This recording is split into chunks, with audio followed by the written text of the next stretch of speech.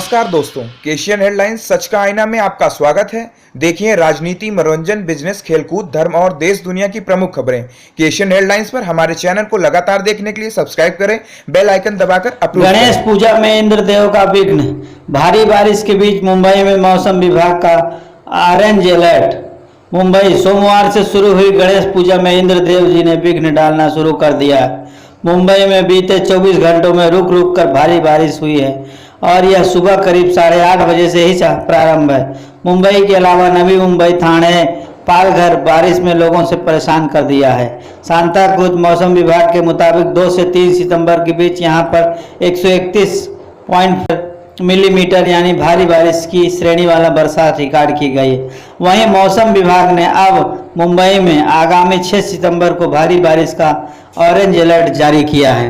पालघर जिले का भी हाल अस्त व्यस्त जैसा ही है। रेलवे लाइनें बंद हैं, कई पुलिस स्टेशन, हॉस्पिटल में भी पानी भरा हुआ है।